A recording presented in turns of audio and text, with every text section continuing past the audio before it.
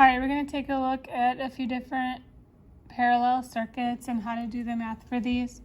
So I started this video before and had to pause it, so I already have this drawn out. So these are two different ways you can see a parallel circuit. What makes a circuit parallel is that it has these junctions. So I can either follow this path of my current or I can follow the outside path of my current. So from the positive terminal of my battery, just like when we did series circuits, your current is going to flow around your wire. So what makes a parallel is these junctions and the fact that the current has more than one path to follow. So it could go down this path or it could go down this path. The different paths to be taken on a parallel circuit are called branches. So this same circuit, I redrew it over here. It's showing the same thing. So from the positive terminal of my battery, I encounter my junction, and then I can go down either one of these branches. My current and my wire meet back up, and then it goes to the negative terminal of my battery. Just like here, my current will meet up and go to the negative terminal of my battery. So instead of doing some of the examples on the handout, I'm going to use the examples that we already did for finding our total resistance in parallel. So I'm using the first example here with a 4 and 6 ohm resistor, and I put a 12 volt battery on my circuit. So we're going to make the chart just like we did when we were in series. Should be good. So what's been given to me is my 4 ohm resistor and my 6 ohm resistor. I don't have my current yet, and I've been given my voltage of 12 volts, and we'll put power in there. So in parallel, we know that our resistance is calculated for R1 plus 1 over R2. And for this particular one, it's 1 over RR total is equal to 1 over 4 plus 1 over 6. When I plug that into my calculator,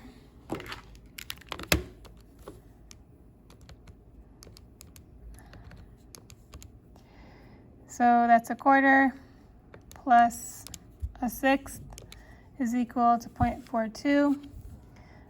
And the most common mistake that students make is leaving it there. But rearranging this to solve for my total, it's going to be 1 over RT. So you want to take the inverse here, giving me a total resistance of 2.4 ohms. So in my chart, I can put my total is 2.4. It'll always be less than the smallest resistor. So if I have a 4 ohm resistor as my smallest one in this circuit, I know that my total is going to be something smaller than 4, and you can always count on that. So we can figure out our current, our total current, using Ohm's law. So I is V over R. My V is 12. My total resistance is 2.4. Gives me 5. So I've got a current of 5. And in parallel, our current doesn't stay the same. It's going to add up to equal the total. So the current down each of these branches is going to add up to equal 5. But what does stay the same is my voltage. So in parallel, the voltage that my battery provides is equal to the voltage down each branch.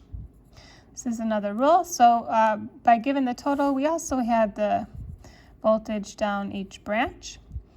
And we can use Ohm's law to figure out our current down each branch. Our current is V over R.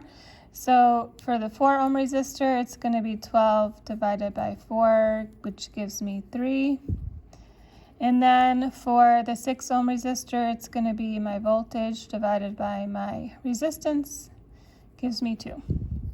So taking a look here, my current is going to add up to equal my total. So 3 plus 2 gives me 5. And this does jive with the rules for parallel for our total current. 1 plus I2. And then power, of course, is I times V.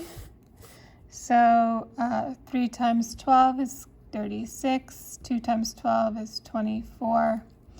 5 times 12, or you can just add these up, is going to be 60. All right, let me do one more real quick.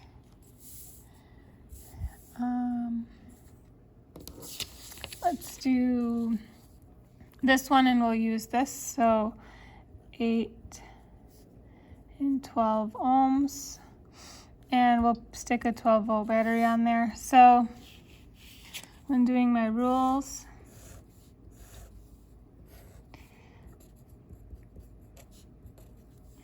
so I've been given an 8 ohm resistor and a 12 ohm resistor, and I've been given my total voltage.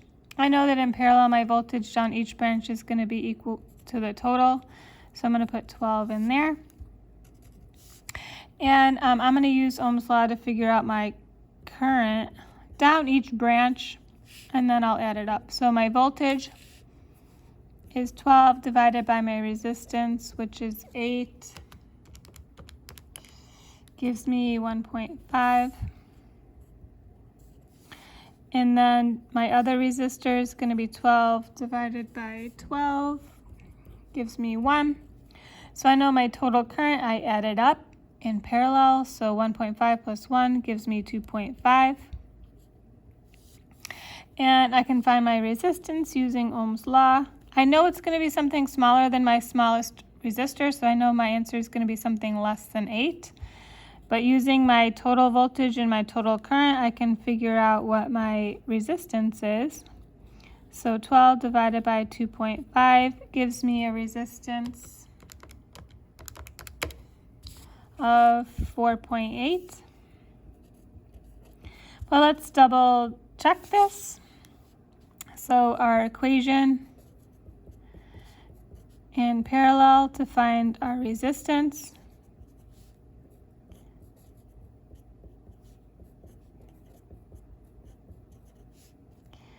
So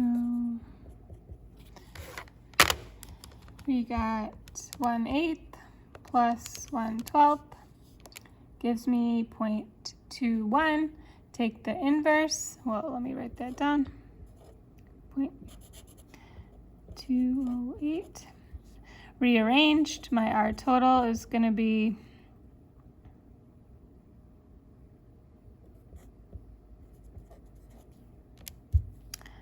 so 4.8, which is what we got when we used Ohm's law. So that's nice. 1.5 times 12 for my power is going to give me 18 plus 12. 2.5 times 12 is going to be 30. Is that right? It is. All right.